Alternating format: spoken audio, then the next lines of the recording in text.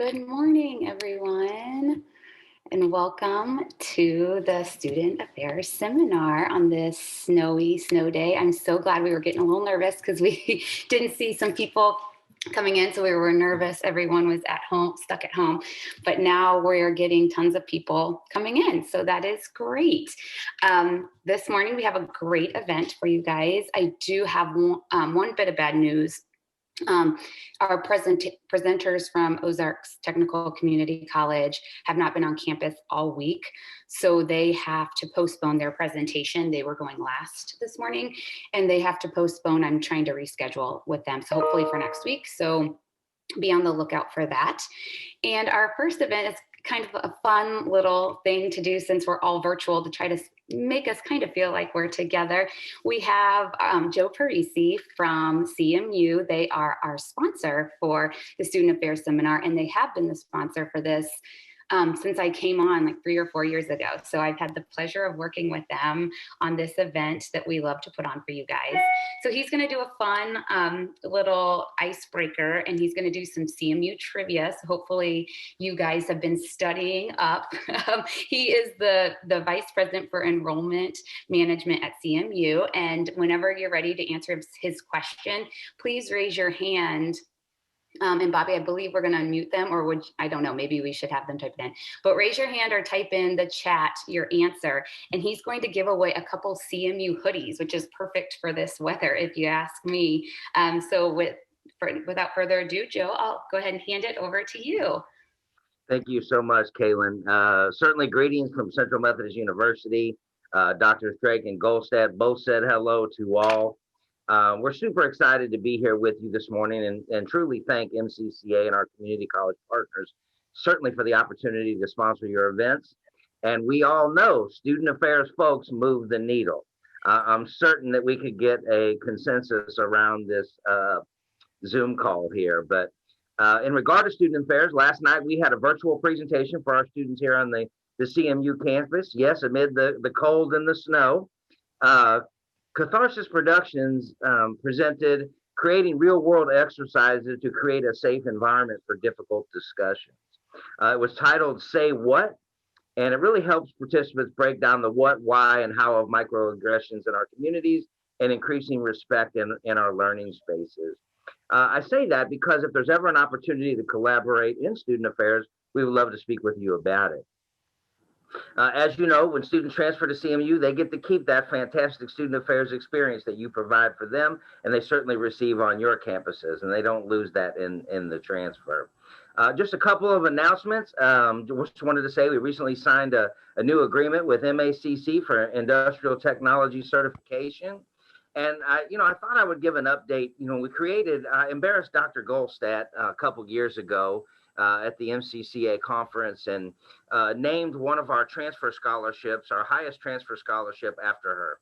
And currently, to date, we have 34 students in that program, and we award over $544,000 annually to students in scholarships that transfer from our partner institutions. So without further ado, a couple of questions. I know everybody would love a hoodie on this warm day we have here today. We'll allow 3 answers, and whoever's closest to the number in the question will receive the hoodie for each question. So out of curiosity, how many community colleges are represented on the CMU campus? In total, how many community colleges are represented in our student body and our student population nationally? Not just partner schools, but nationally. Robin said 6.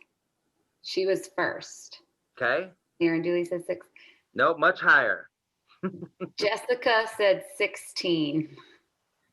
Taylor? Still much higher.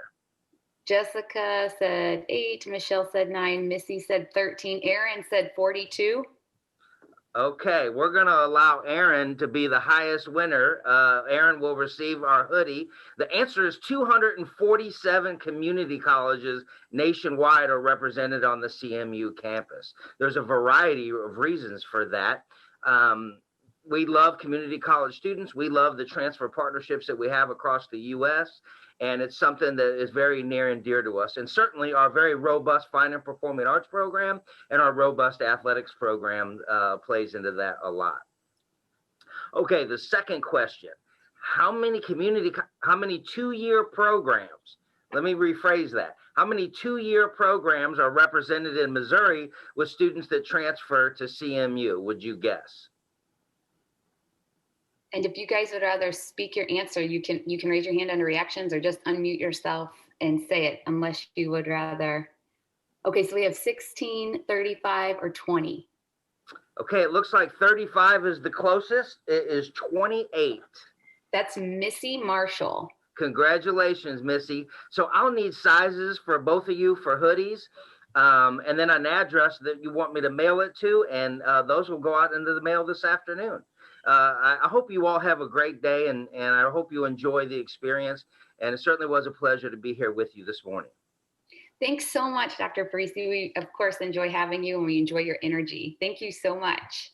You're welcome. And congratulations, Aaron and Missy. And I will get with you guys during the presentations. I'll email both of you to get your sizes and addresses, if you don't mind. Congratulations. That was fun. I wasn't expecting prizes, so I got a little giddy. It makes it a little bit more fun. Okay, we have about 4 minutes before our first presentation. Veronica Potter will be with us, and I believe she's already on the call. So good morning, Veronica. Always good to see you. She's also been presenting at this seminar. It's probably one of our most popular presentations we get recommendations for. So we're very, very lucky to have her on the call today. And we have about 3 minutes. So if everyone wants to sit tight, get cozy, maybe go grab some water real quick. And we'll get with Veronica in 3 minutes. I'm having a request from my husband. He is quarantining in our basement. And so I'm going to go run and grab him something real quick. I'll double mask up and take it down to him, and I will be right back.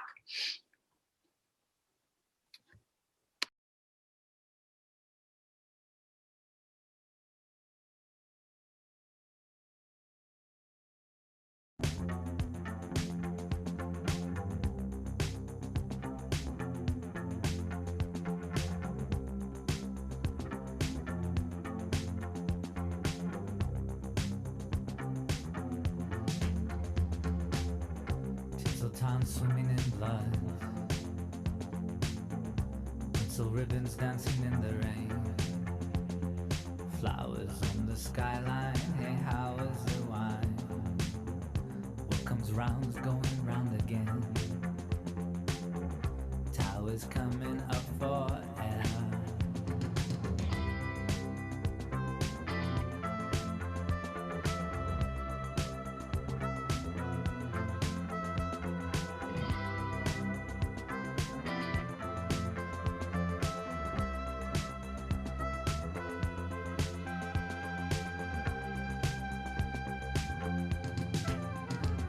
See, I was blind, off in the corner doing poet's work. That's alright for now. It was just a dream of your blue eyes. I couldn't see, I was blind, off in the corner doing poet's work. That's alright for now. It was just a dream of your blue eyes. Tinseltown dripping in blood, tinsel women dancing in the wind, dead flowers on the skyline. Hey, how is the wine, baby? What comes round's going round again. Now let me tell you about the dream.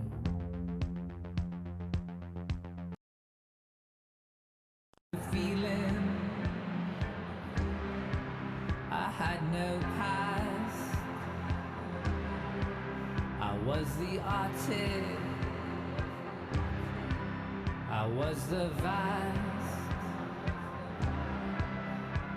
spaces without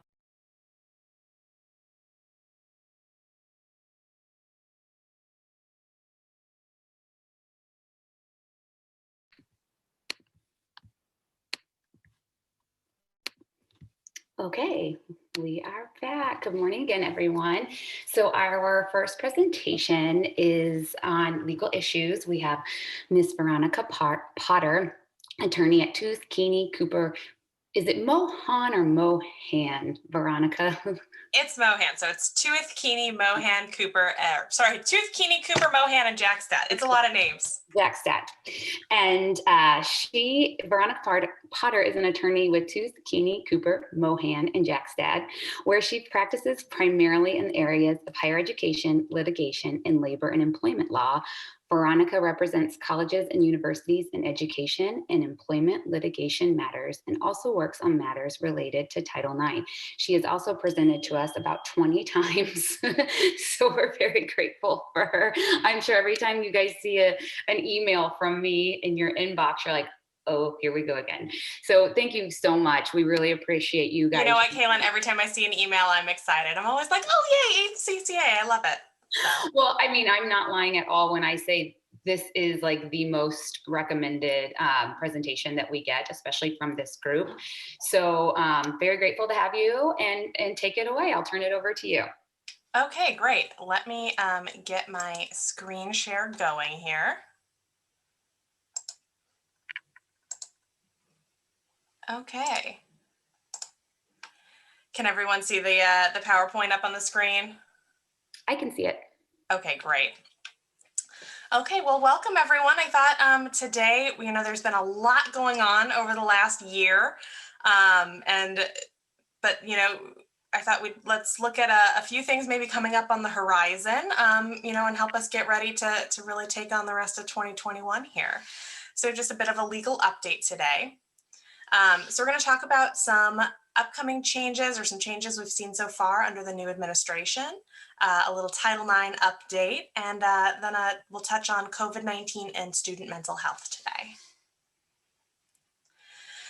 So the higher ed and the new administration, as we all know, Joe Biden was inaugurated as president on January 20th. And currently, after the election, the Democrats retained control of the House of Representatives, though with a slimmer margin, but they are still the majority in the House of Representatives. And then the Democrats also have a slim majority in the Senate, in that they have 50 votes, and Vice President Kamala Harris is the tie-breaking vote. So they have that just very slim majority, but based on the filibuster rules in the Senate, requiring 60 votes for a lot of things, they don't have that majority. They don't have a 60-vote majority. So there's still, kind of some division and some things in the Senate that would, prevent Democrats from just kind of passing everything, that they might be interested in doing. So under the new administration, we have a new Secretary of Education. Betsy DeVos is out, and Dr. Miguel Cardona is the new Secretary of Education. He is the former Connecticut Education Commissioner. He has a background in elementary and secondary education. And upon receiving the appointment, he made many statements kind of expressing his commitment to public education. That's where his background lies, is in public education. And he is very committed to strengthening public education throughout the country. Another thing to note for all of the community colleges here is that the First Lady, Dr. Jill Biden, is actually a professor at Northern Virginia Community College. And she is planning to continue to teach while she is First Lady, which I think is very exciting. I haven't heard whether she's doing remote learning or in-person learning, but she is still teaching, which is excellent. And she has really been a big proponent and advocate for community colleges. Well, obviously, as First Lady, she doesn't, set the agenda or, execute, executive actions. I think people expect her to use her position to amplify the causes that she believes in, including free community college for all. So there's really, I think, a proponent here for community colleges in the administration, which is very exciting. So day one, when Joe Biden took office, he started taking some executive actions on things. And there's a few that I want to touch on that I think are kind of relevant for higher ed that I want you to be aware of. The first one here, he issued an executive order directing the Department of Education to create reopening guidelines, and that they are to work with the Department of Health and Human Services on that. And these are, to create reopening guidelines for schools and also for institutions of higher education, including, best practices and evidence-based guidance on how to properly, and best kind of return to in-person proceedings for people who have been remote or are on a hybrid plan, how to kind of get back to normal. I think there's some concerns with this that, this might take a while and that, are we going to be back to normal by the time this is out? But hopefully we'll see something a little bit more concrete. I'm sure you're all aware that the CDC has released a number of recommendations and guidelines over the last year related to COVID-19, and that they have some recommendations specific to higher ed. They haven't been updated in quite a while. So I think, having something a little bit more concrete as we move forward with people receiving vaccines and hopefully case counts continue to come down, hopefully we'll get a little bit more concrete guidance from the government. He also issued a directive to extend the pause on student loan payments and interest until September 30th. So all student loans will continue to remain halted until then. He also issued a memorandum directing Homeland Security to preserve and fortify DACA. So we know that the DACA program protects the Dreamers, who are, people who were brought to this country as undocumented immigrants as children and have lived their whole life here. And the DACA program allowed them to enroll in school and work. Under President Trump, he attempted to rescind DACA, which was prevented by the courts. So now we see President Biden coming out at the very beginning of his term here and really making it clear that he intends to uphold DACA and to continue the DACA protections for the Dreamers. He also issued an executive order revoking President Trump's executive order. So we see that a lot with new presidents. They'll come in and issue executive orders, changing the executive orders of the last president. But he revoked the order that prohibited government contractors from providing certain types of diversity and inclusion training that included any kind of race or sex stereotyping. So that was something that came out kind of at the end of the Trump administration. I want to say in November or December, kind of really towards last fall and winter, there was an order released that prohibited anyone who receives government contracts or federal funding through that, through contracts, to not include any not give any training that is based on race and sex stereotyping, which was kind of a very vague term. And a lot of people were really concerned when this came out that this meant that they would lose their federal grants if they weren't, if they continued to do trainings that they'd already been done, especially diversity and inclusion trainings, or anything that really talked about race and sex and discrimination and harassment. And so I think that there was a lot of concern and there was a lot of uncertainty. There was actually a hold put on that by a court, but now that order has been revoked. So there's no more concerns about, proceeding with diversity and inclusion training based on that order. So it has been officially revoked. I want to touch on a few things from President Biden's campaign platform. He had a lot of information in his campaign, a lot of positions he took related to higher ed. One of his positions, one of his really kind of tenets of his education platform was investing in community colleges and workforce development programs. And so I think that's something that, we can look forward to and hopefully we'll see going forward, additional resources being put towards community colleges, really creating new, hopefully some new grant programs for community colleges and helping to, tackle barriers that prevent students from completing their, educations. He's also talked a lot about just really increasing college affordability through tuition-free college. Everyone, that's kind of the buzzword, free college. What exactly that would look like, there's not really been a model for it. We haven't seen a government program that we could, expect this to follow. So it's a little unclear what that would look like. But his campaign platform was for free community college and free tuition-free college at state schools, public schools for families making under $125,000. So we'll see. And this is obviously something that requires congressional action. It is not something that can be done through executive action. So we'll see what that ends up looking like. He's also talked about improving student loan repayment options. One of the things that's getting a lot of attention right now is student loan forgiveness, and whether that, I know President Biden has made statements that he would be in favor of forgiving $10,000 of student loans.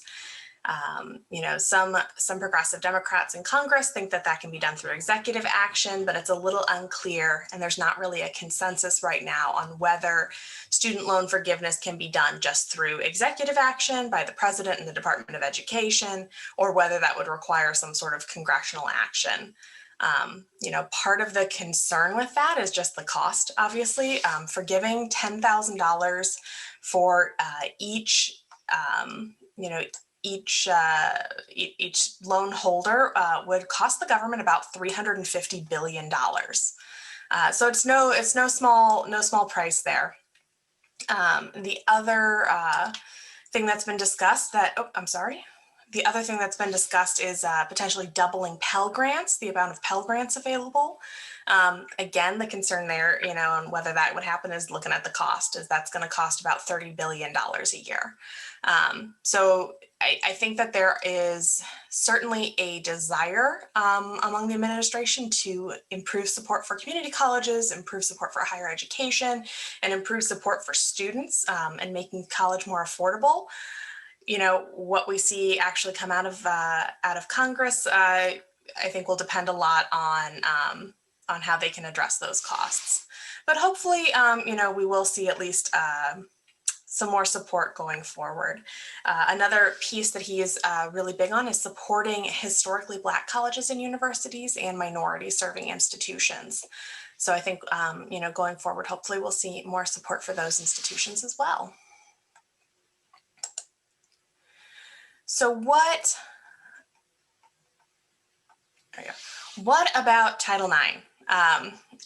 We saw last year some new Title IX regulations come out. And so I know that the question on a lot of people's minds right now in terms of Title IX is, what are we going to see happen with the new administration with Title IX? So just as a little reminder, Title IX is a federal anti-discrimination law that prohibits discrimination on the basis of sex in education. So it says no person on the basis of sex shall be excluded from participation in, be denied the benefits of, or be subjected to discrimination under any education program receiving federal financial assistance. So that applies to all institutions that receive federal funding. There are a very small number of institutions in the country that this does not apply to. Almost every school receives some form of federal funding. So everyone has to comply with Title IX. And in 2020, we saw the Trump administration finally release the final Title IX regulations that it had been working on. And those went into effect on August 14th, 2020. So last summer, the regulations were released in May. They went into effect in August. So I know last summer there was a lot of time and work spent on getting everybody's policies ready, getting these new processes in place, figuring out how to staff them. And that there was a lot of work that went into that process last summer. And so hopefully by now you've all got your new Title IX policies in place. Hopefully you've had maybe some training on those policies, and you're kind of getting used to living under this new policy that you've got. But it's very likely that we're going to see them change again. The Biden administration, during the campaign, they'd vowed to immediately put an end to these new, I'll call them the 2020 Title IX regulations, and to restore the 2011 Dear Colleague letter. But that hasn't happened yet. The regulations are still in place, and because they are regulations, they can't be revoked by executive action. So this comes down to the difference between a regulation and guidance, which federal regulations. I know everybody's really excited to hear about this first thing in the morning, but there's a difference between a regulation and guidance. And so the regulations went through a formal rulemaking process. There's a law called the Administrative Procedures Act, and it sets out all of the requirements that an agency like the Department of Education has to go through to create a regulation. And that involves the proposal of a rule. There's a comment period. The agency then has to consider and respond to the comments before releasing the final regulation. And so in order to undo or revoke a regulation, the Department of Education is going to have to go back through that same process. So we can't just have an executive order saying that the Title IX regulations are revoked. We have to go through the formal rulemaking process. The 2011 Dear Colleague letter, which just as a little reminder, was released by President Obama and sent to colleges to help address what he saw as the issue and the problem of there being too many sexual assaults on campus. And this was really required a lot of aggressive action by colleges in order to help prevent sexual assaults on campus and address them once they've occurred. And there's a lot of requirements about what colleges need to do in investigating and adjudicating those procedures.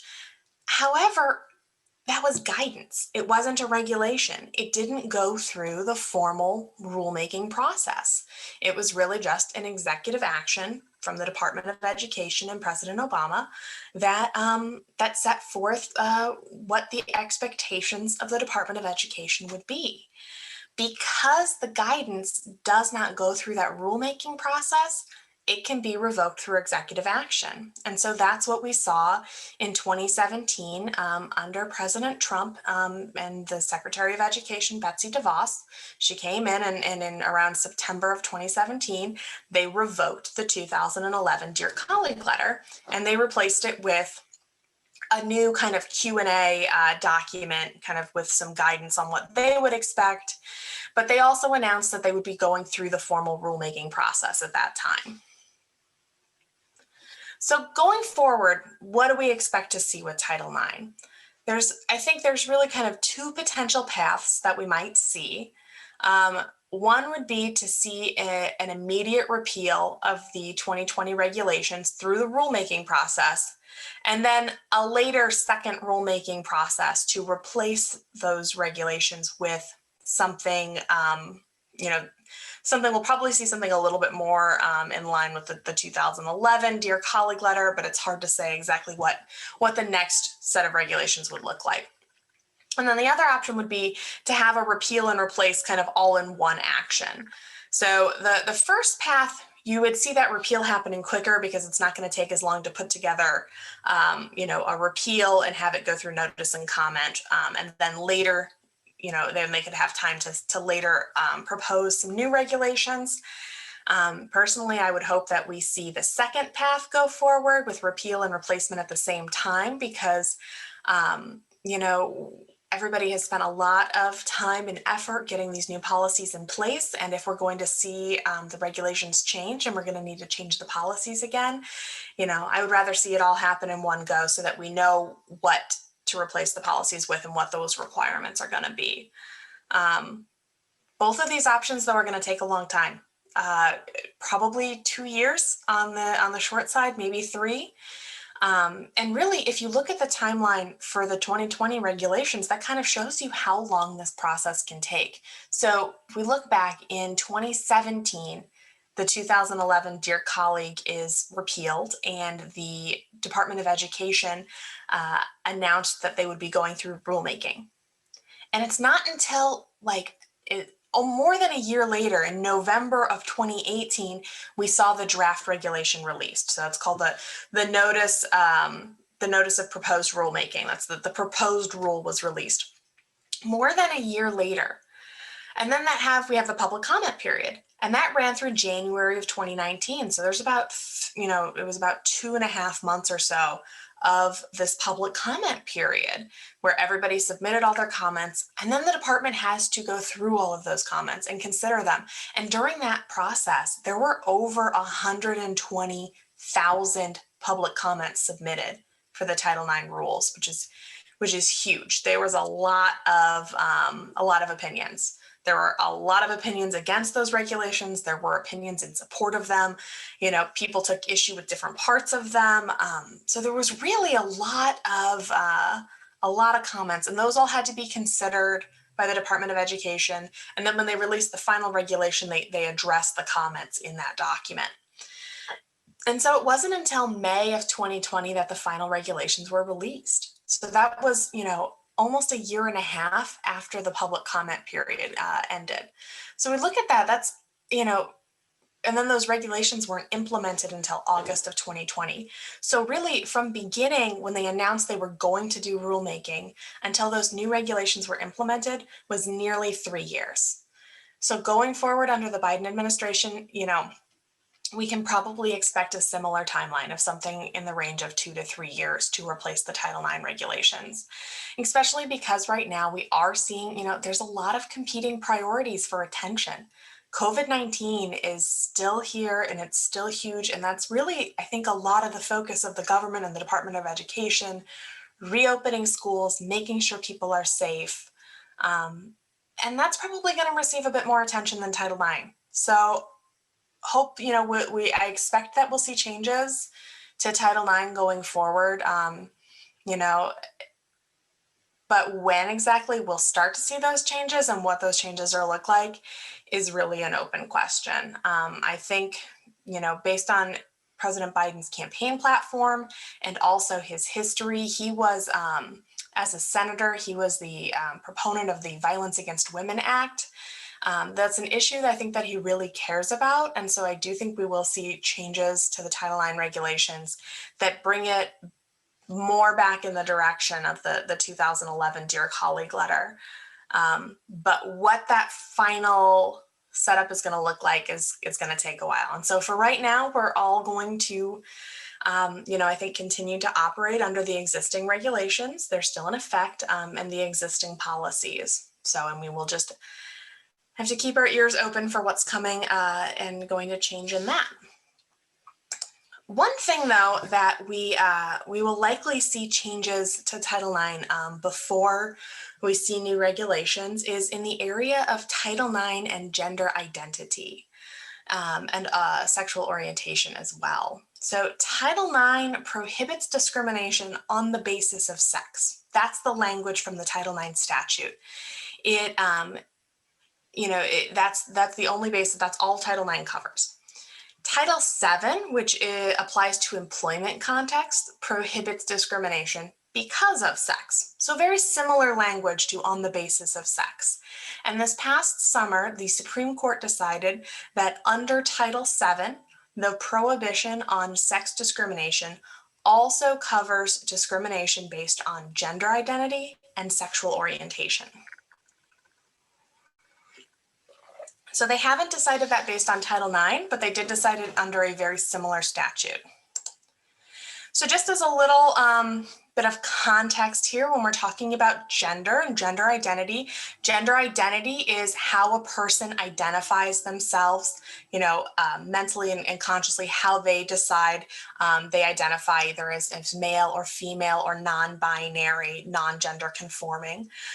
Gender expression is kind of outwardly how a person presents themselves, whether that's in a feminine way or a masculine way or a non-binary way. And these are different, or they can be different from the sex a person is assigned at birth. So when a person is born based on their physical characteristics, they're generally either assigned being female or male or intersex or some other situation. But those don't have to align with their gender identity. And then people, when we talk about sexual orientation, who people are attracted to, that's what we're talking about with sexual orientation.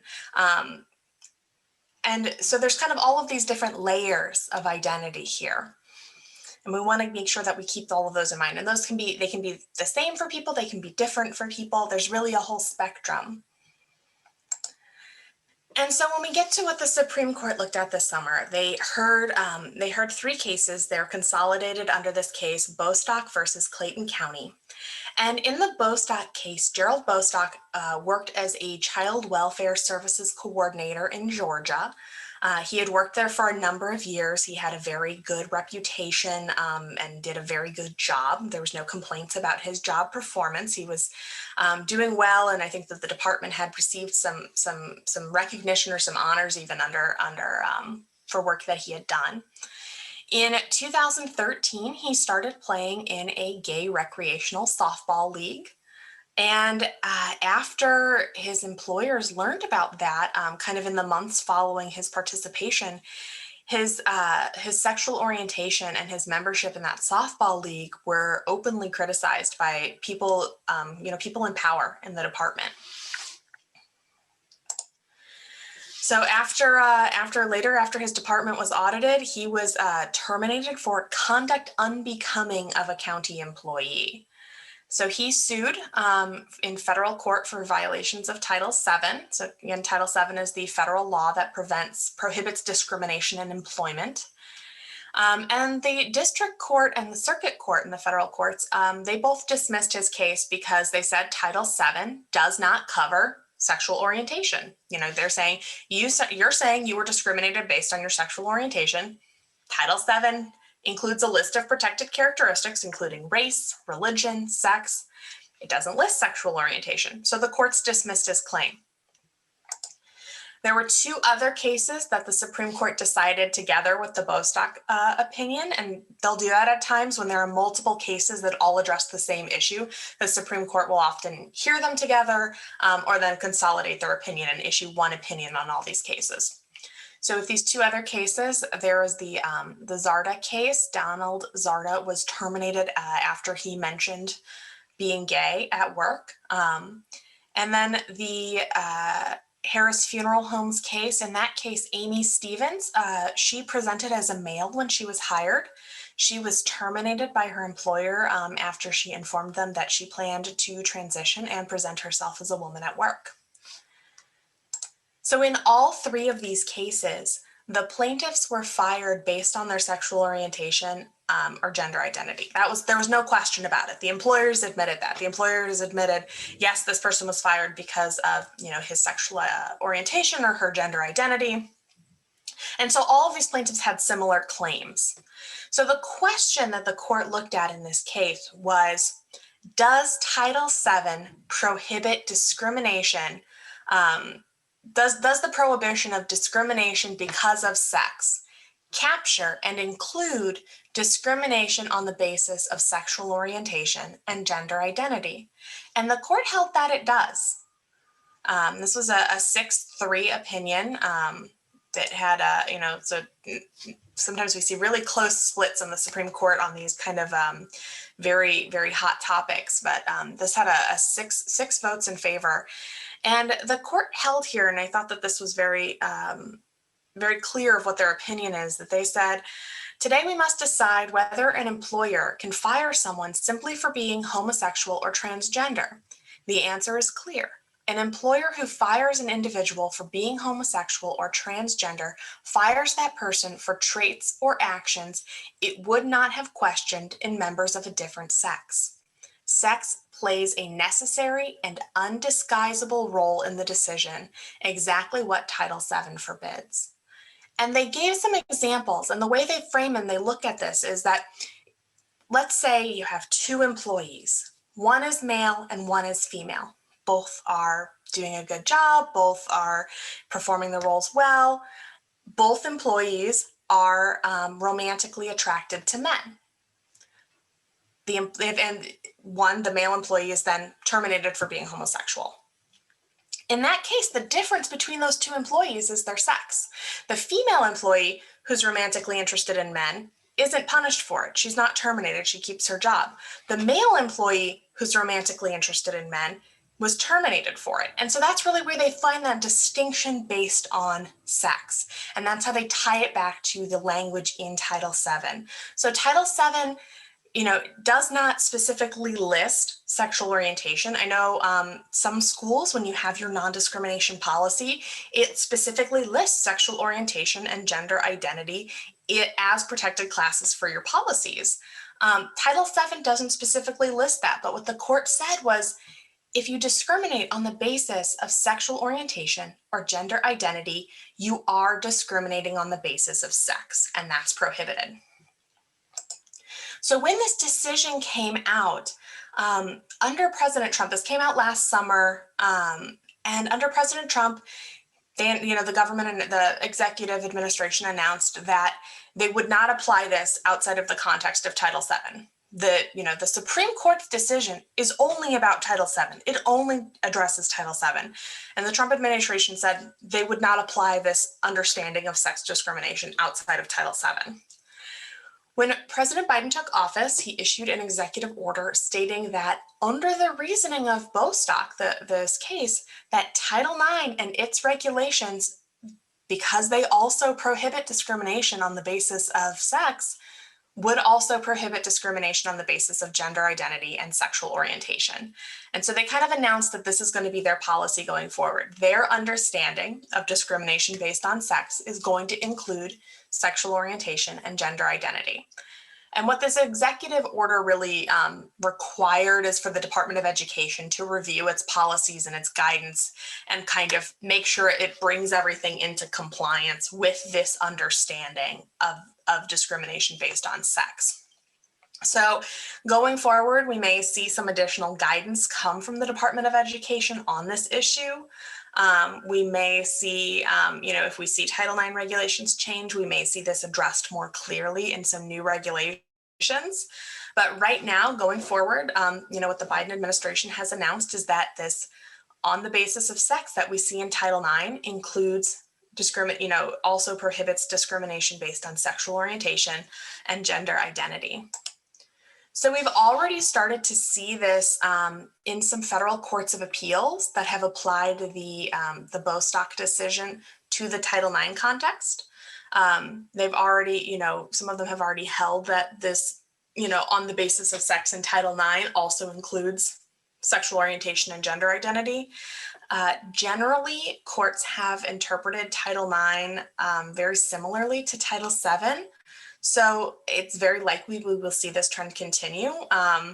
We may see more cases kind of percolate up until maybe eventually something reaches the Supreme Court and they would address this, directly. But we haven't seen that yet. So going forward, kind of, it seems like what we can expect from the Department of Education, from the Office of Civil Rights, is that their understanding is going to include sexual orientation and gender identity.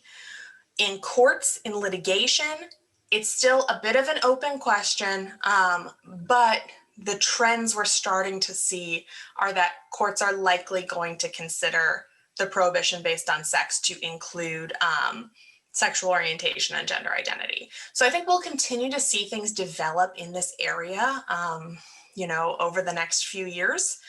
And, I think changes we see, if we see changes in the Title IX regulations, we might start to see it incorporate this as well.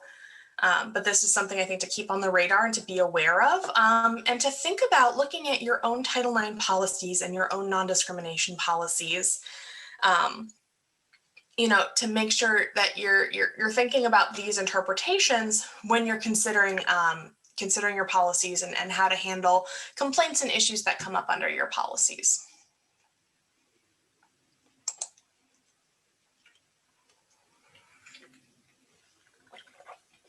So I want to pivot a little bit and kind of talk a little bit about COVID-19, which I'm sure you've not heard enough about in the last year. But I want to touch on student mental health. And before the pandemic, for the last several years, student mental health has been a growing concern on campuses around the country. In 2018, so, even a couple of years here before the pandemic, surveys of undergraduate students were already finding extremely high levels of depression and anxiety. They had, 42% of survey respondents felt so depressed that it was difficult to function. Almost 63% felt overwhelming anxiety. And that there were also increases in threat to self behavior that were reported. From this same study, one of the things that I found the most troubling was I think that 10% of students had attempted suicide. It has been an ongoing crisis. to handle the mental health issues that students are facing. And really, we've only seen that exacerbated by the pandemic. 75% of students, this was in fall of last year, 75% of students reported that their mental health has worsened over the course of the pandemic. Almost 90% of students reported experiencing stress or anxiety as a result of COVID-19. 1 in 4 students reported that their depression had increased significantly, and 77% of students reported feeling lonely or isolated. And so much of that is based on the things that we have to do to help contain and stop outbreaks of COVID-19. Social distancing, keeping people separated, requiring quarantining and isolation if someone has been exposed. That really isolates students and can certainly exacerbate, issues of depression. The uncertainty that we've all faced during this pandemic can exacerbate issues of anxiety and stress. When students don't know what to expect, they don't know what the next semester is going to look like. And I know we are all experiencing these things too, that there is no shortage of mental health concerns among staff at colleges, as well as, just in general with everybody in this pandemic. But I feel like college students are, because there was already this ongoing concern and crisis of student mental health, that really it's really kind of grown and become exacerbated during this pandemic. The CDC had released a survey from the summer of 2020. And this was not limited to college students. This was a broader survey of all adults. But in that survey, 25% of 18 to 24-year-olds reported seriously considering suicide in the previous 30 days.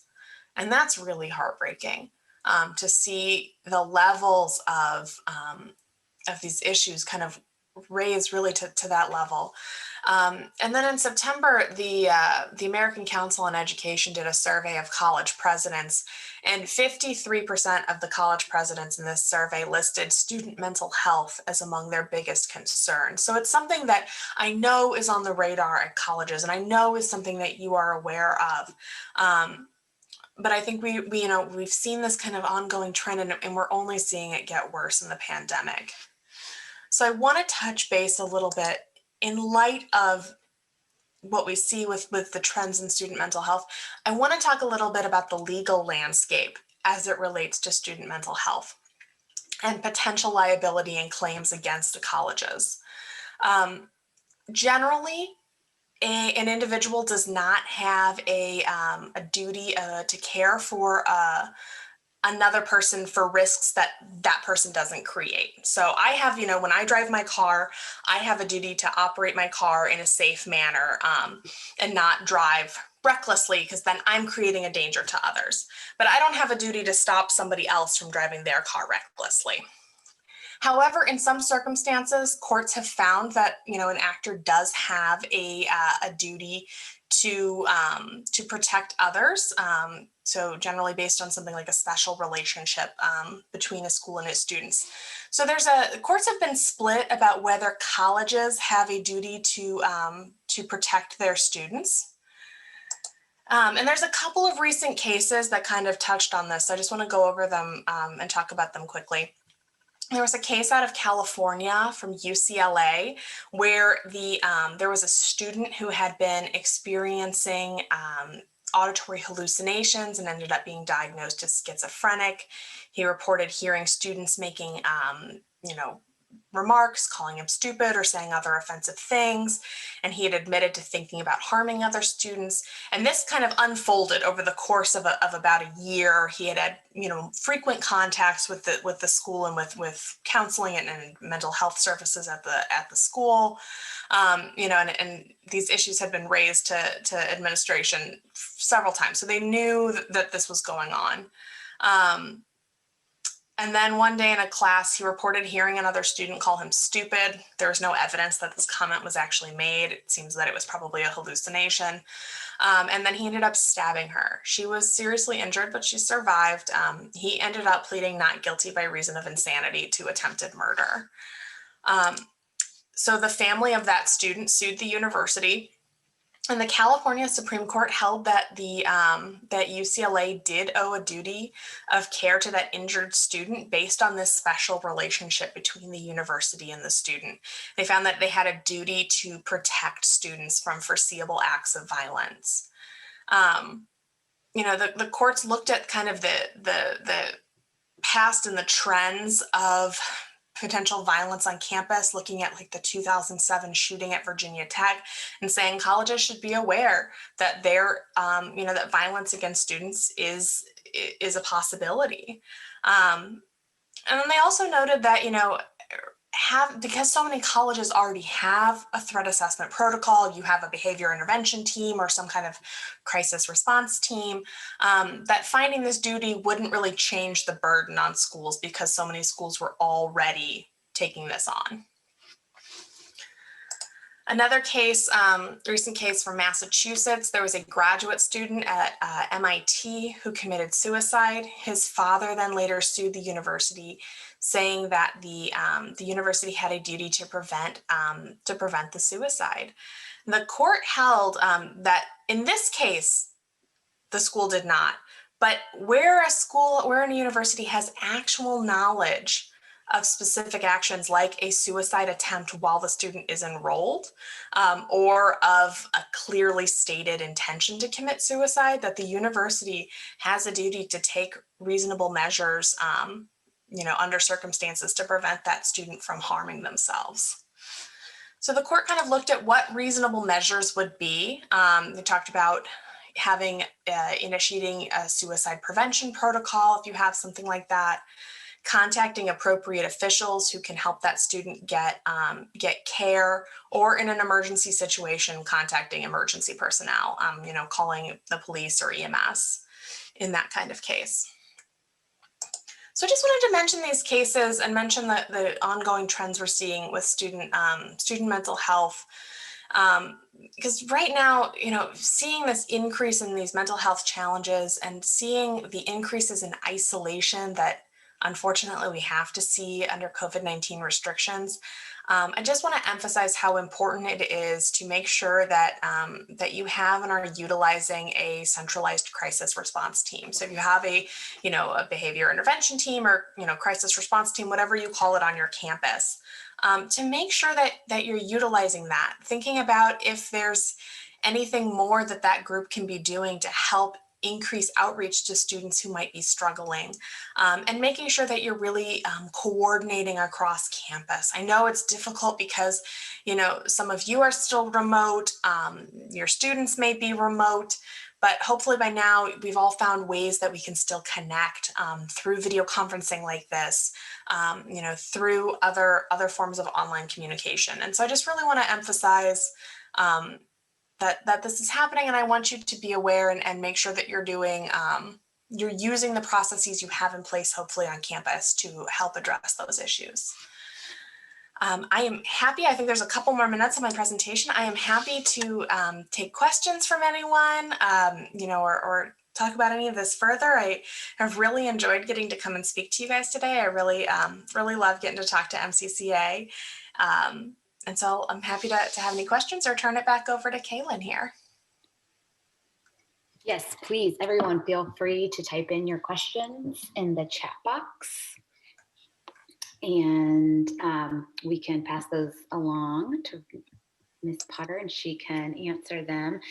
And if you do see in the chat a reminder that there will be a recording of the seminar today in the repository.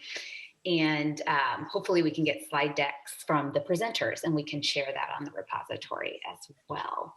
So if anyone has any questions, please send them our way.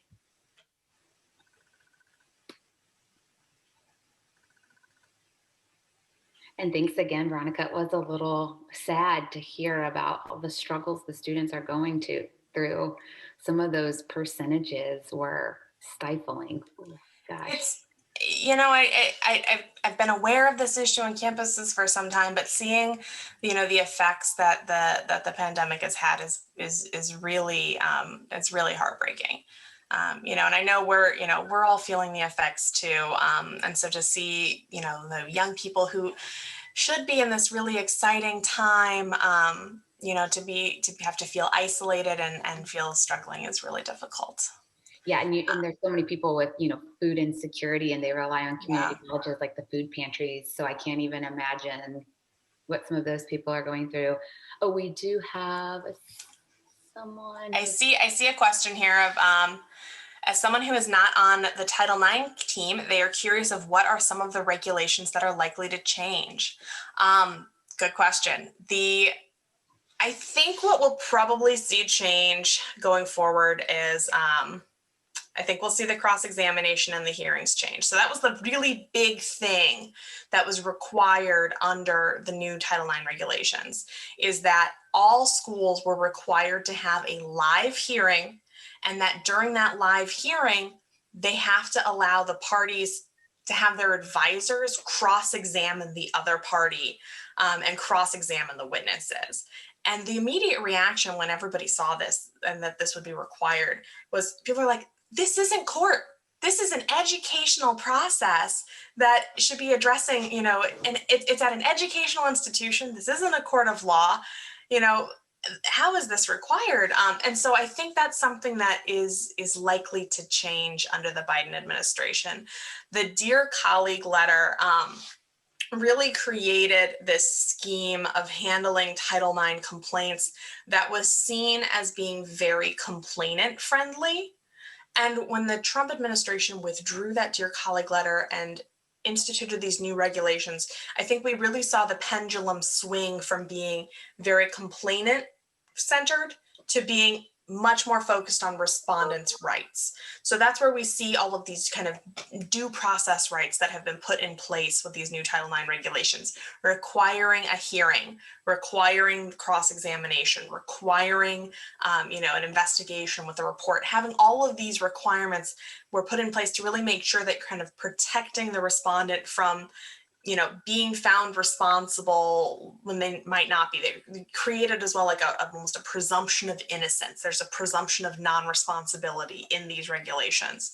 And so we've really seen it kind of move more towards protecting the respondent in this process.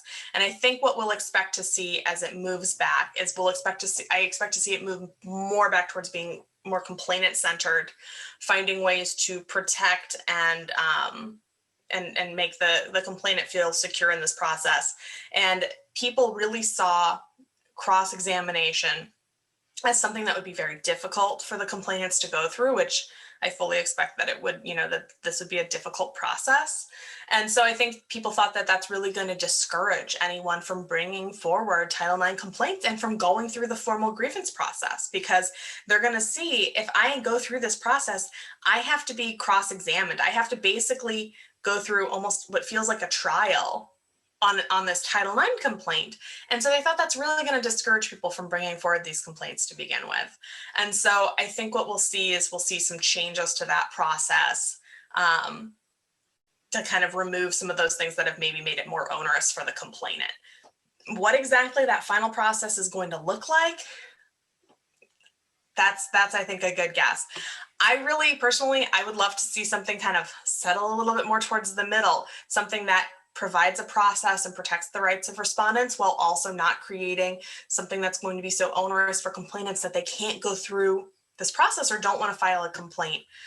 So we'll have to see, but I think we're going to see some changes that that would make it a little bit more complainant friendly again.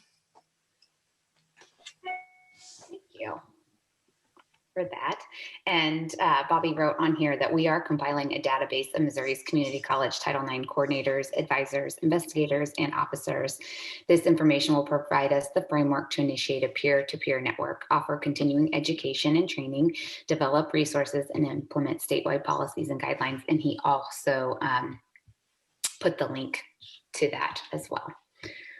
So I don't see any more questions, and I hate to take up any more time of Veronica's. So we do have, it is 10:04 and we have until 10:20 for our next presentation. Veronica, thank you so much for doing this. Of course, we appreciate you, you know that. Thank you for having me, Kaylin. I really love to be here and glad to have a chance to talk with everyone. hopefully we'll see you in May or June at the event you guys have here in Columbia. I guess we'll see.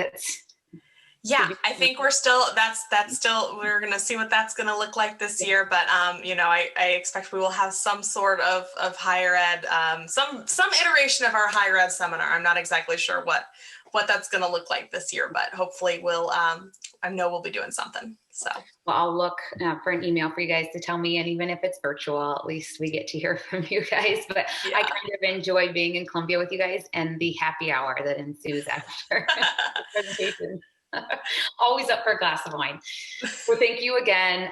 We will let you go. Thank you so much. And if everyone, you want to take a quick break and we'll reconvene at 10:20.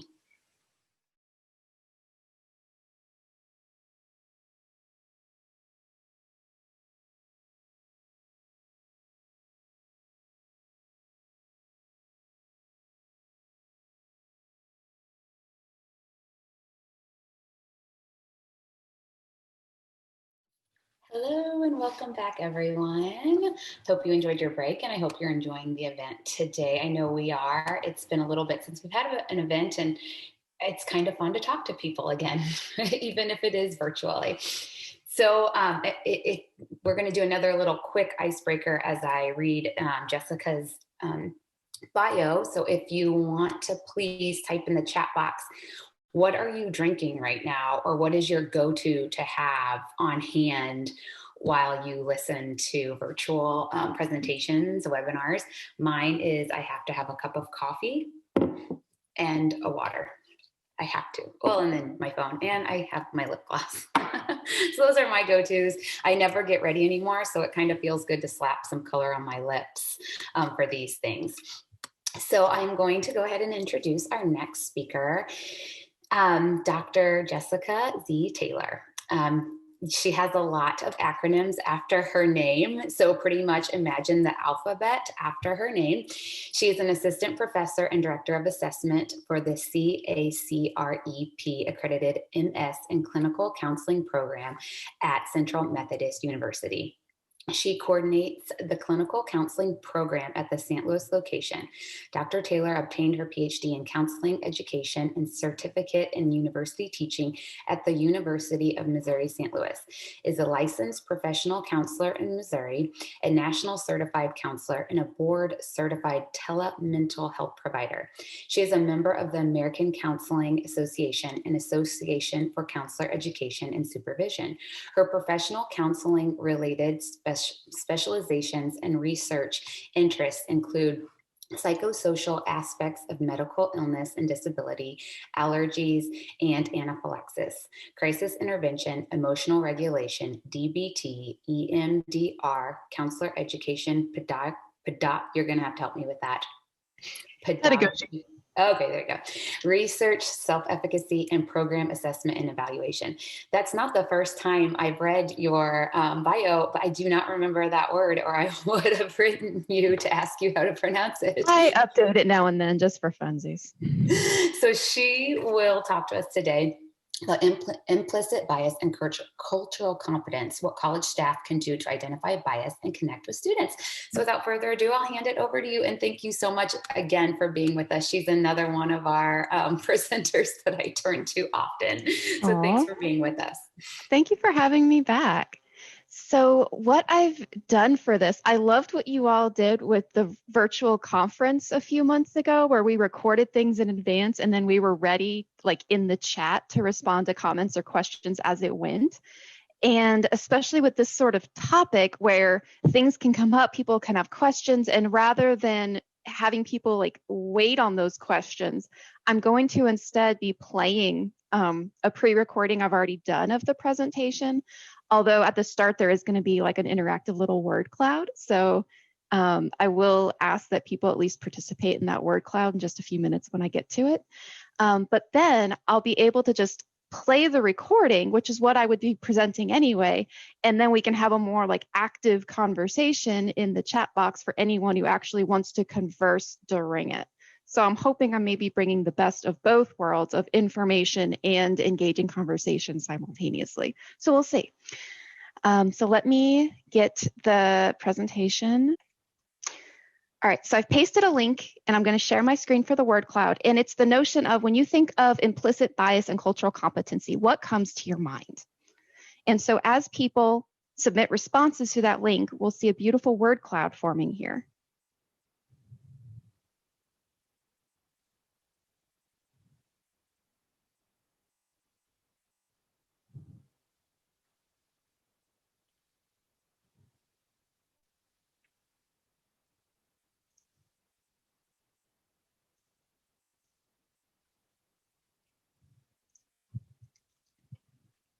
Okay, so thank you, whoever got us started. So we're off to the races.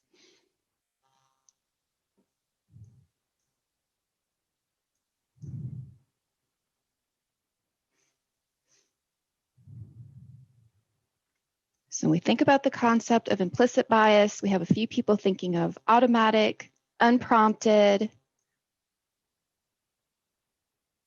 learned behavior.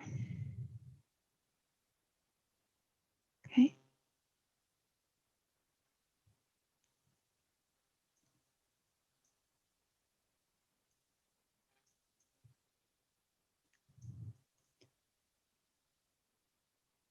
I see learned is really jumping ahead as a phrase that's coming into people's mind when thinking about this concept.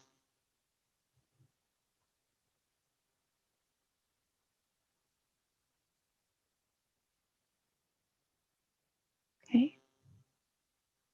Blind, that's a good word. Unknowing, unfair, untrue.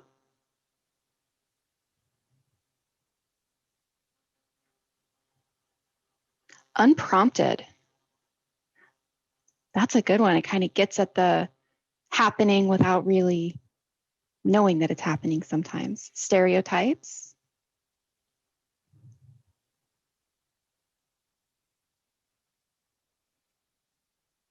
Bias. I like that we have the word in the definition.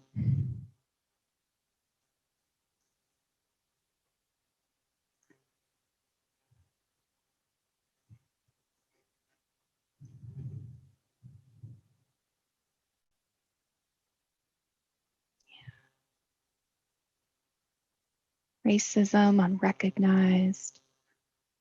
Okay, good. So continue to put your thoughts in here. I'm going to hopefully share the video where maybe I can hear it too. And we'll come back to the word cloud and kind of go back and see, okay, here's where our thoughts were at the start of it. And maybe let's see if we have similar thoughts or if anything has shifted. So feel free to continue adding to this. I'm going to unshare the screen. I'm going to reshare the video again.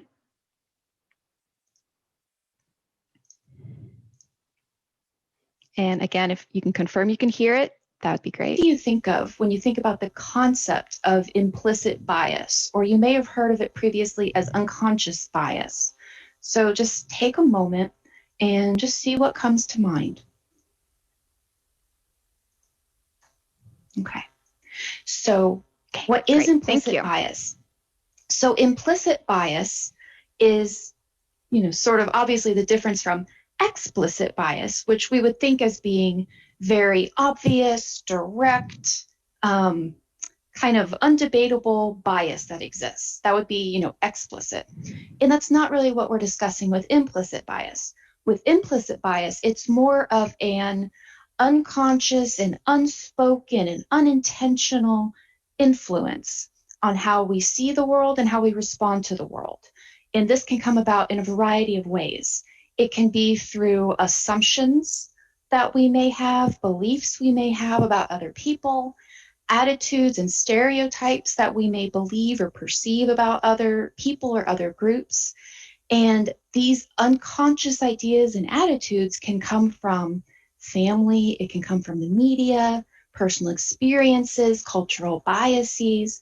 There's a variety of different types of ways that these unintentional and really things that we're unaware of can start to influence our way of being in interactions with others. And these can be in a positive or a negative way, in which they might be positive biases towards certain people or groups, or they might be negative biases towards certain people or groups. And the implicit biases we may have, they may be inconsistent with how we claim to be. and what we claim to believe. So don't write this presentation off right yet if you say, I'm fine, I don't do that, I love everyone, I think everyone deserves a fair chance. I am sure you do believe that, and I'm not debating that. No one's debating that. More what this is about is the more subtle ways that bias can present itself that we really aren't aware of. So just stay with me. Don't write this off quite yet. But just keep in mind this may be inconsistent with how we claim to be. So implicit bias, it often comes across through what we call microaggressions. And so microaggressions are behaviors that unintentionally communicate a bias. And microaggressions can be verbal, it can be what we say, it can be nonverbal, it can be body language, or it can be paraverbal, which is more the tone, the way of communicating. So it may not be so much what is said, but it might be the way in which it is said. And that is more a paraverbal type of microaggression. And microaggressions can exist for all aspects of cultural differences. Obviously, we think of the differences we can see when we think about microaggressions and biases, but there are a lot of differences that we can't see, or we don't see right away until we get to know somebody. So this is about all kinds of biases that can exist for all different sorts of groups, and why it's important to keep a really open mind about recognizing biases that we may have. And it's tough to change implicit bias unless we are actively trying to be more accountable about our own biases. So why is implicit bias a problem? Well, implicit bias is a problem because it works to reduce fairness and access to equal opportunities. Even when we claim things to be fair and equal, they may not be perceived or come across that way in reality.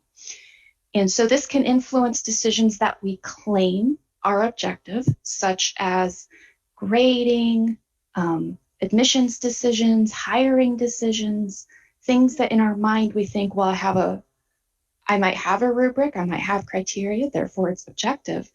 But we want to dig deeper. How were those criteria developed? Could there have been bias, kind of woven into the development of those criteria? So we really want to take a step back with implicit bias and really look through how procedures, how things came to be, because this type of bias can affect people's entire lives if we're not aware of what we're doing and how we are. And so this can affect our interactions with others, and it can lead us to blame other folks for problems without being aware of the influence of our own biases. So it's not to say that we are to blame for everything. It's not to say anyone else is to blame for anything. It's to say that there's kind of this gray, vague influence that could exist that isn't being spoken about, but is still playing a part in what happens. And so implicit bias can perpetuate and further systemic barriers, stereotypes, patterns that organizations such as universities want to avoid. And so implicit bias, in addition to just being problematic, we are more prone to respond from a place of implicit bias when we're stressed or we're tired, when we are short on time or very busy, when we're preoccupied with 1,000 other things, or when we don't have all the information. So we have to kind of use our mind to just fill in the gaps of information and make a decision really quickly. And does any of this sound familiar working in a college setting?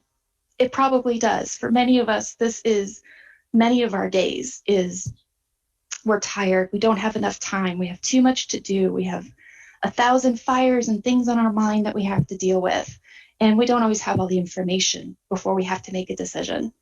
So because these can all contribute to implicit bias, it's that much more important to be aware of ways in which implicit bias may be coming out in behaviors and things that we're doing. So implicit bias, why is it especially a problem in the college setting? So what I've done on this slide is I have listed out just off the top of my head all the ways that implicit bias might play a part in different aspects of college and university settings.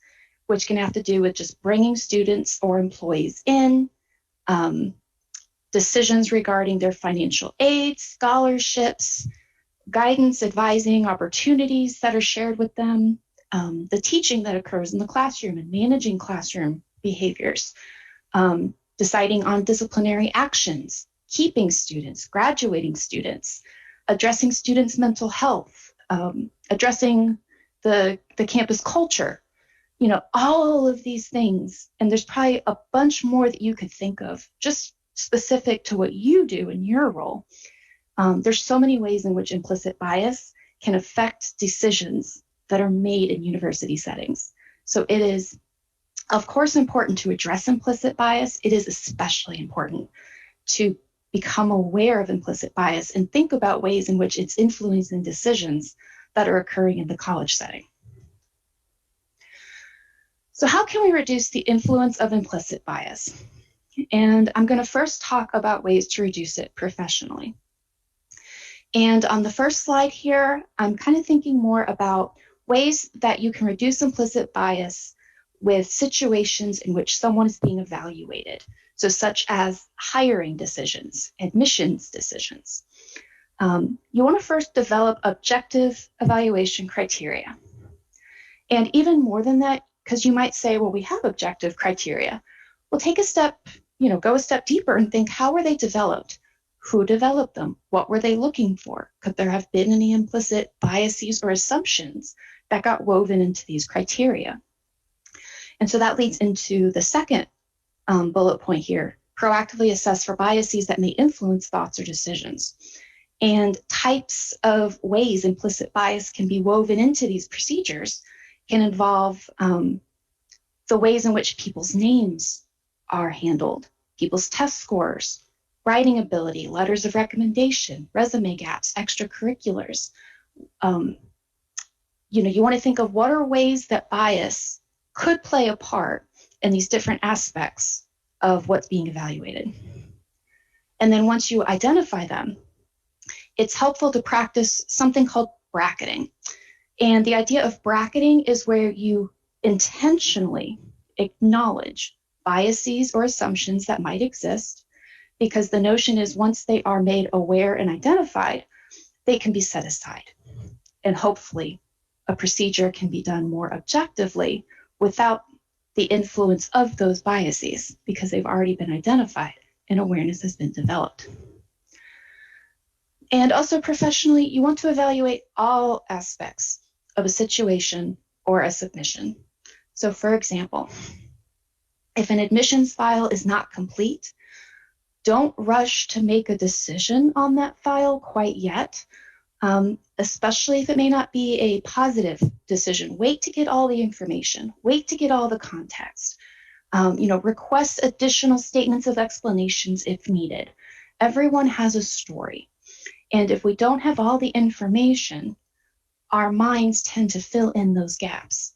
And our minds fill in those gaps, sometimes unintentionally, with our own assumptions and biases that we might have about what we perceive to be that person's situation. So we want to make sure we have all the information. Other ways that we can reduce it professionally have more to do with also the type of presence that we bring to our tasks or our interactions with others. So we want to set aside time to pay full attention to your task. And I know that's easier said than done, especially in the college setting where we have many, many things to do. But what we know is that our minds don't do multiple things at the same time very well. We think if we're doing more than one thing at a time, we'll get many more things done, and really we just get nothing done pretty poorly. So if you set aside time to pay full attention to your tasks, you're less likely to have that unconscious bias kind of creep in and start to have an influence in what you're doing. You want to become aware of outside events that may influence your biases. So you remember I said how these implicit biases can come from the media, history, things other people say, all sorts of places. So you want to be aware of what's going on and be reflecting on, how might this contribute to attitudes, assumptions, biases, stereotypes that you may hold, and then work to try to develop awareness of them and bracket them aside in your work so that they're less likely to have an unconscious influence on what you're doing. Also, next bullet, really get to know who your students are. I mean it when I say everyone has a story.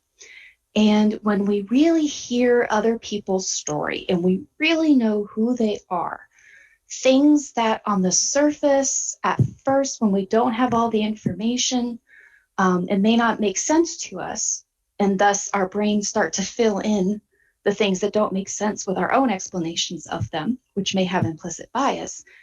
When we really hear other people's stories and other people's reasons and the meaning behind those reasons, the implicit bias doesn't have as much of a chance to influence it, because then we're really present and we're really hearing and understanding another person.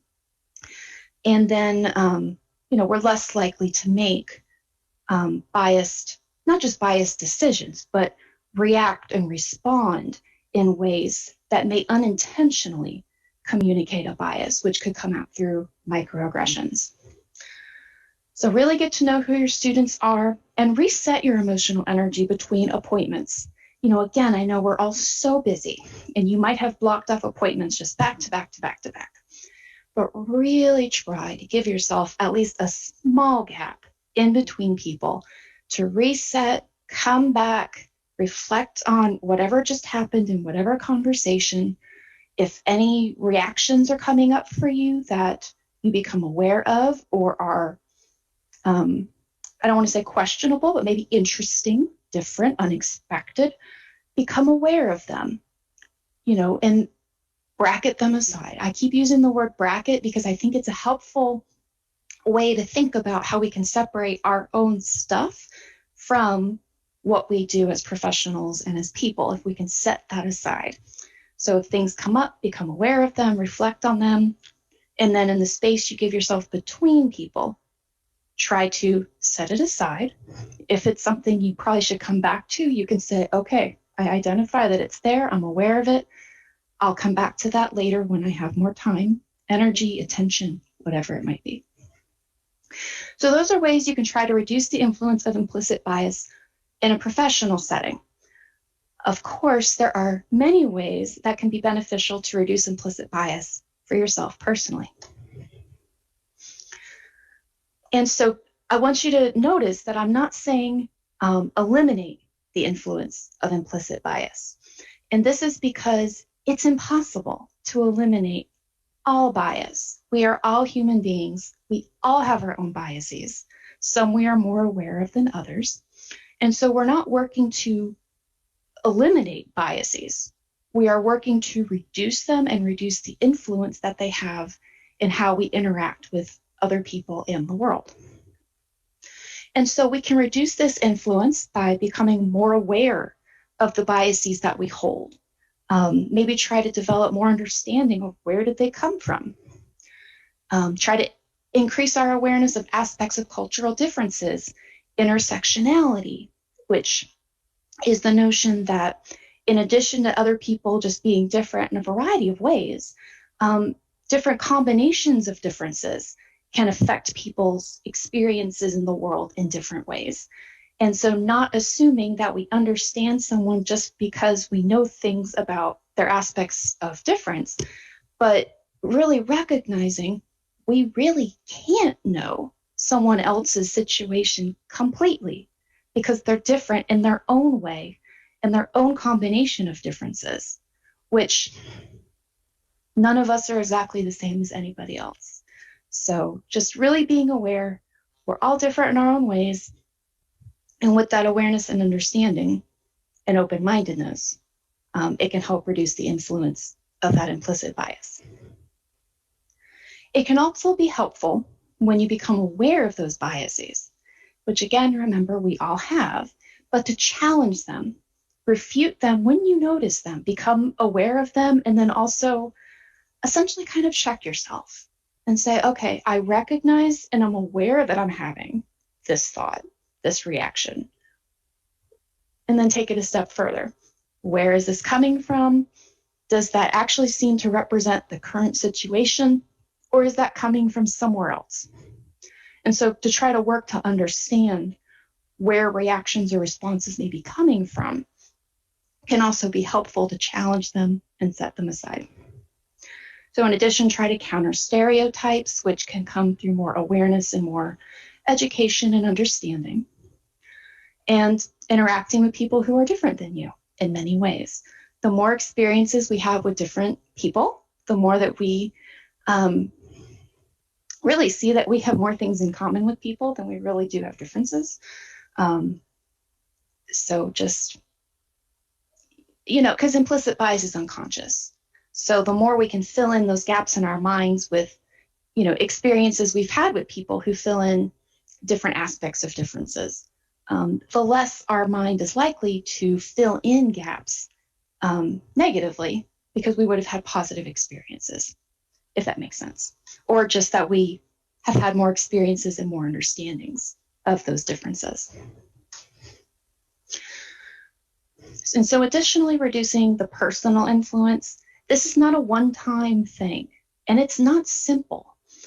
This is a process that requires ongoing intentional reflection and awareness.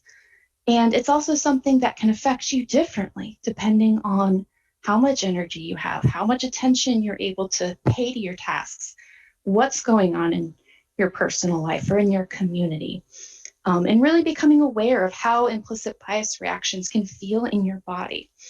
And so I really like this one image that's on this slide, because it gives kind of indicators where if you can become aware of what you're thinking, what you're feeling, how you might be reacting, you can start to try to put a feeling label on it.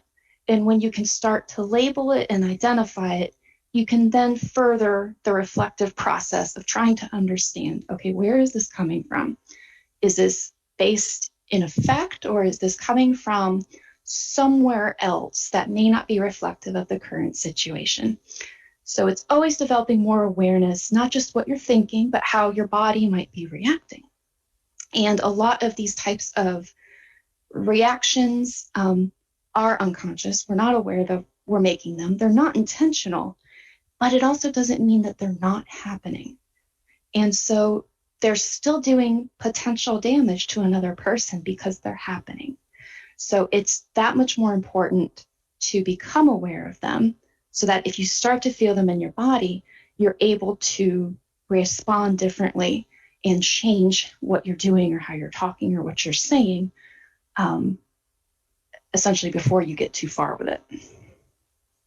And so this can be assisted by being present in the moment while interacting with others, practicing empathy, again, coming back to hearing someone's story, really listening for the meaning behind whatever they're doing, and whatever they're doing that in your mind you might not fully understand. And a lot of the times our lack of understanding, our mind fills in with our implicit biases, which can be our assumptions, beliefs, stereotypes, whatever it might be. The more that we develop understanding and we listen with empathy and we really hear and get to know someone's story, the less implicit bias tends to influence that interaction. And I also wanted to, last bullet point here, also kind of acknowledge that you can have negative feelings that can come from this process of, as you develop awareness, you can start to, feel guilty or feel ashamed or feel embarrassed for reactions you're having or assumptions you might be making. And just to recognize that that's part of the process.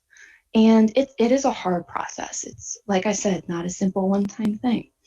And so rather than, getting too preoccupied with having the negative reaction, instead try to reframe it as, this is a sign of increased awareness, and this might indicate an area that I need to do further development and growth in.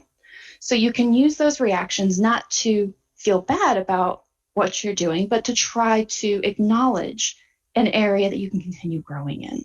So you can reframe it into a positive for the future.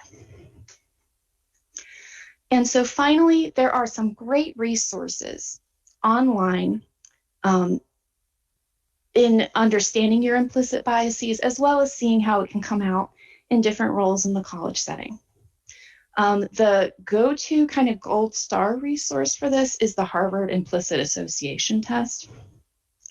And so and it's not just one test, if you go to the website, they have dozens of tests of different types of differences that you can take. And they test essentially what types of implicit biases you have for different cultural differences. And it's not meant to be a shameful thing. It's meant to help develop awareness of areas where you could say, oh, maybe I don't know as much about this, or maybe this is an area I need to learn more about, or interact more with this kind of cultural aspect. Just anything to help educate, become more aware, and just understand how your biases can be playing out in interactions without even knowing it. And then these other resources, you can Google the names of these. They'll probably come right up. If you have the slides available to you, you should be able to just click on them and go to them. But there's some really great resources out there. And thank you. I just want to thank you for sticking with me, listening to this. I hope this has been helpful. I hope this has gotten you thinking about ways that you can further kind of that development of cultural competence and reducing the influence of implicit bias. And yeah, just thank you so much for listening, and have a great rest of your day.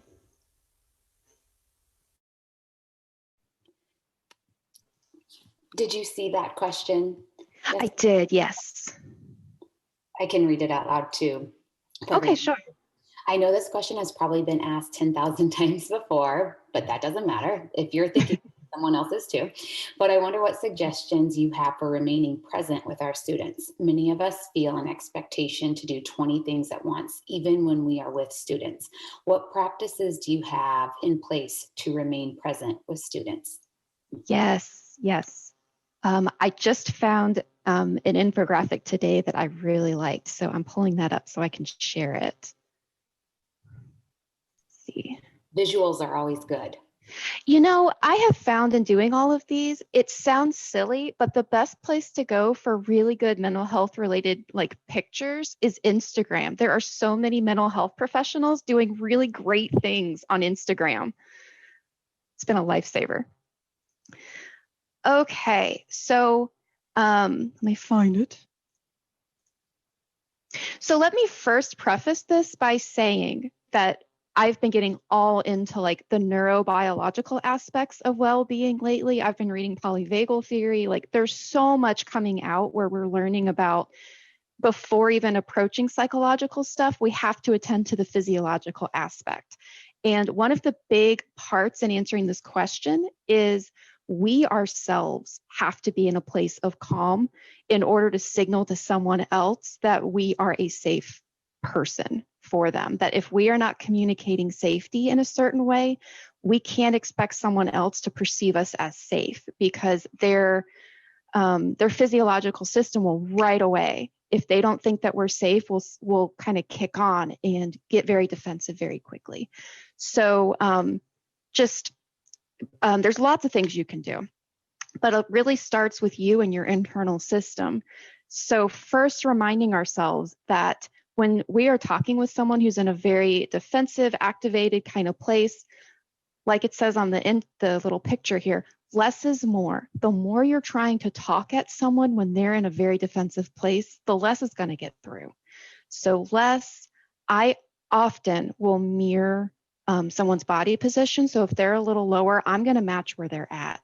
Otherwise, it communicates kind of a power difference.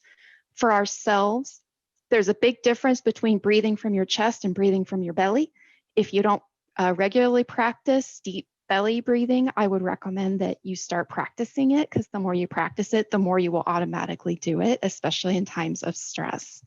So breathing from our belly kind of activates calming for ourselves. Breathing from our chest is more of a we're not getting as much oxygen, so our body perceives that as us being in an activated place of needing to defend ourselves against a threat. And then that gets perceived by someone else.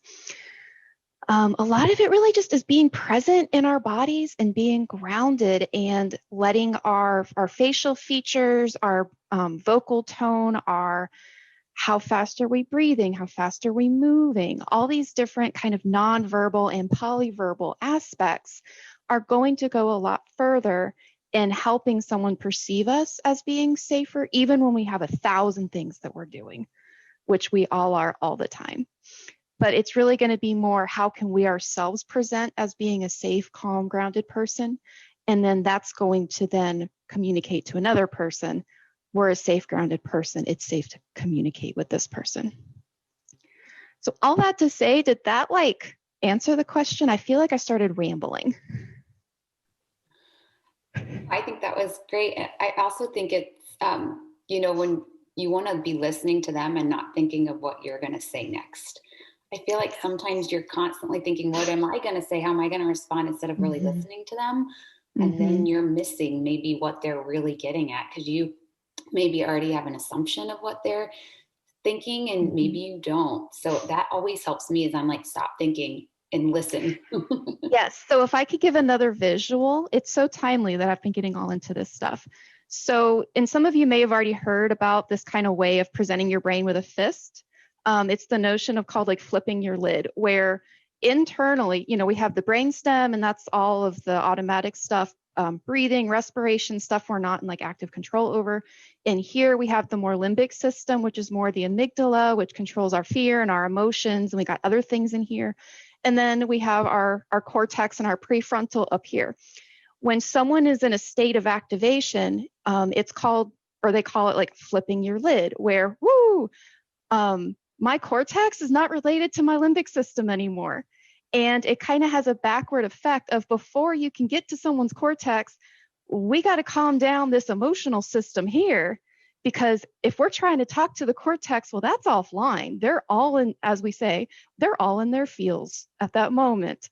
No one's home in the cortex area. So if we're so concerned of, I have to say the right thing, it doesn't really matter what we say, because they're not hearing it. They're not comprehending it. What they're getting is more of the nonverbal cues of safety. They're getting more the paraverbal things of, what is their vocal tone? Does it sound like they're yelling? Does it sound like they're nervous? Does it sound like they're angry? All those things that tap into the emotional system of the brain. And so we have to work to the more emotional part first, before they say the lid comes back down, and then we can talk to the cortex again. Then the content of what we say has an effect. So that can give you a lot of permission and freedom to say, I don't have to worry as much about knowing the right thing.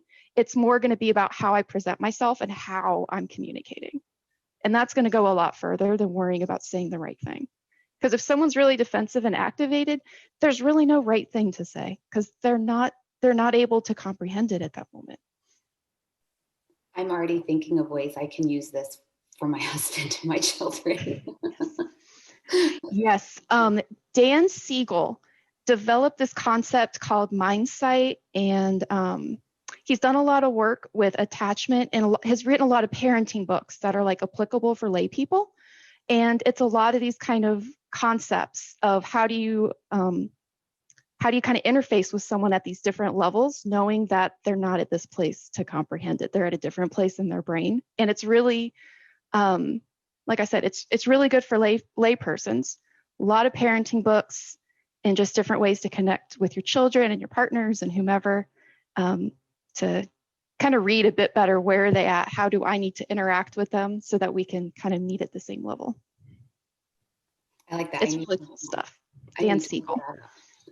And I've been thinking as you were presenting and talking, and do you think, and I may be way off here, do you think people kind of take these biases to and apply them to people? If you make up things that they're thinking, even though you don't know what's true, so then suddenly maybe you're mad at them because you think they did something for this reason when you really have Mhm. no clue why they did something. So then you react the way you think that they, because of how you think they reacted, when really you should take yourself out of that and be like, you don't know why they did that. And until you do, you shouldn't make a judgment call on that.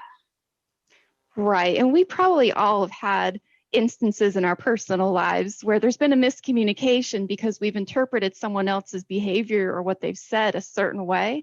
And if we had just stopped and kind of been, I call it curious, if we had been more intentionally curious to be like, I'm pulling in my counselor background here, where I would probably link more and be like, I'm noticing right now as we're talking, maybe you seem to be breathing quicker, your vocal tone's gone up, like your shoulders have come up, and I'm not quite sure what's going on here. So I'd like us to maybe just take a break and check in, like what's going on here? Rather than making assumptions, rather than making judgments, just I want to make sure we're on the same page because I'm getting the sense that maybe we're talking about different things, or maybe we're approaching it from different perspectives. And that can communicate that I want to work with you. I want you to feel heard. I want you to feel safe, rather than I'm going to make an assumption about where you're coming from. Thank you. That's interesting. Very interesting. And please feel free to keep the questions coming. If anyone has a question, put them in the chat. Yeah. And while we wait, I will go ahead and make just a couple announcements. We do be on the lookout. We had our presenters from OTC today had to cancel because they haven't been on campus all week. And so we are working to reschedule that for either next week or early March. So we will get communications out about that as soon as we have them. And then we also have a wellness webinar coming up on March 11th.